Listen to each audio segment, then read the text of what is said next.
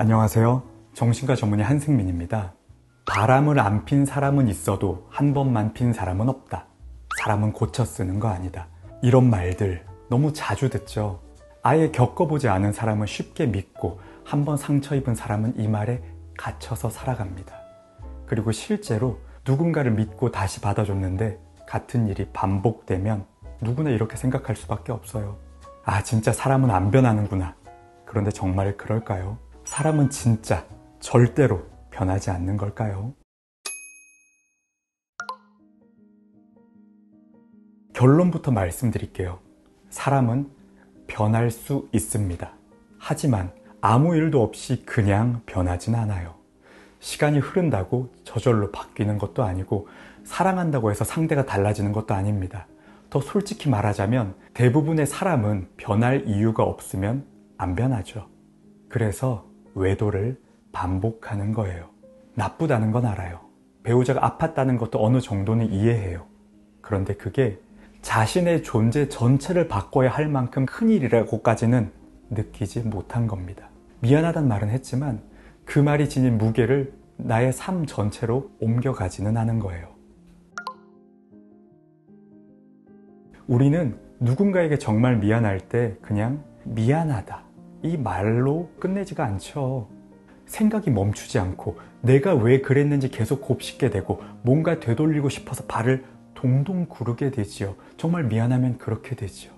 그런데 외도를 반복하는 사람들은 그 단계까지 가지 못한 경우가 많아요.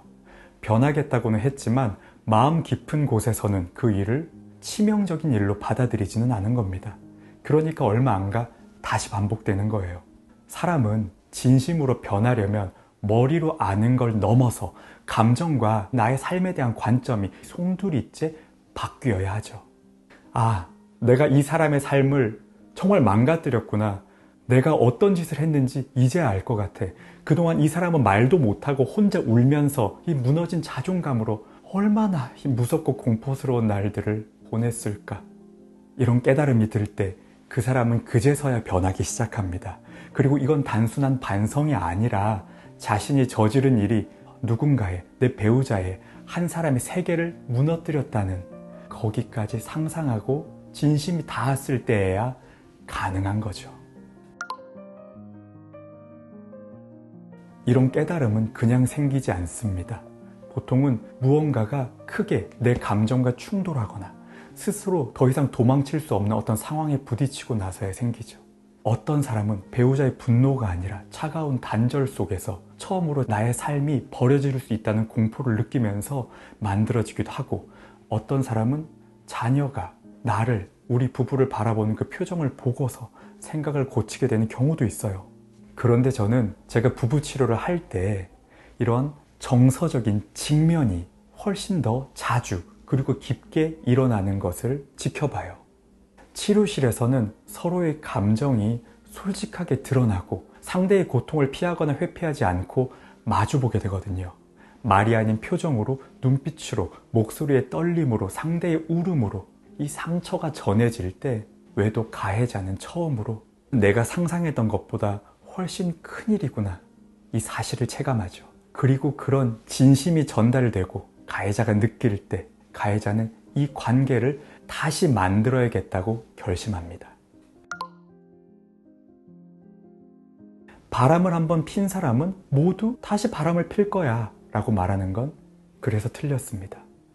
그 중에는 진심으로 바뀌는 사람도 있어요.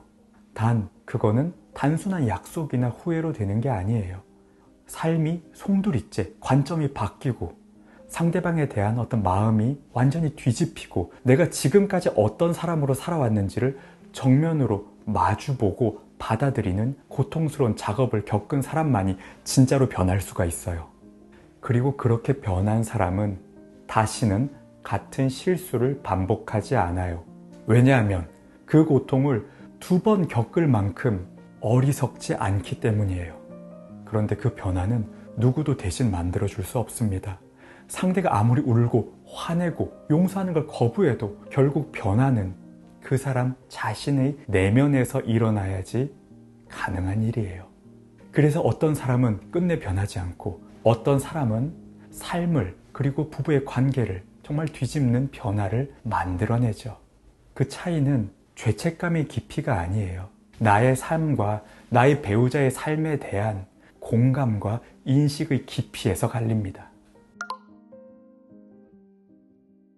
다시 말하지만 사람은 변합니다. 단 아무나 변하지는 않아요.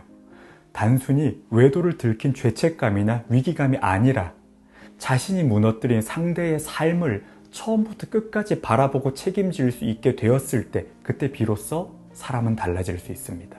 그래서 이렇게 말하고 싶어요. 사람은 고쳐 쓰는 게 아니에요. 사람은 스스로 깨닫고 다시 만들어가는 거예요. 다시 만들어 과정은 쉽지 않고 때론 벽을 만나기도 하지만, 저는 수많은 부부가 그 과정을 지나 관계가 회복되고 서로 마주보는 순간을 지켜봤어요. 진심으로 고통을 마주하고 책임을 받아들이고 관계를 새롭게 다시 시작하기로 선택한 사람은, 그 부부는 변해요. 이 부부들은 두 번째 인생을 살아가기 시작합니다. 마지막으로 배우자를 용서할지 말지 고민하는 분께 드리고 싶은 이야기예요. 부부는, 그리고 배우자는 변할 수 있어요. 변화는 가능해요. 하지만 그것을 어디까지 받아들일지는 결국 당신의 몫이에요. 어떤 사람은 절대 다시는 내 배우자를 믿지 않을 거야 라고 단호하게 말하면서 떠날 자유가 있죠. 하지만 어떤 사람은 정말 마지막으로 한 번만 더 믿어볼게 라고 용기를 낼 수도 있어요. 둘 다 옳고 둘 다 괜찮아요. 중요한 거는 상대가 변할 수 있느냐가 아니라 내가 그 변화의 과정을 견디고 함께할 준비가 되었는지, 그리고 그 선택이 내 삶을 더 나은 삶으로 만들 수 있는지입니다. 누군가를 용서한다는 건 그 사람을 위해서가 아니에요. 결국 자신의 삶을 어떻게 살 것인지에 대한 결정입니다.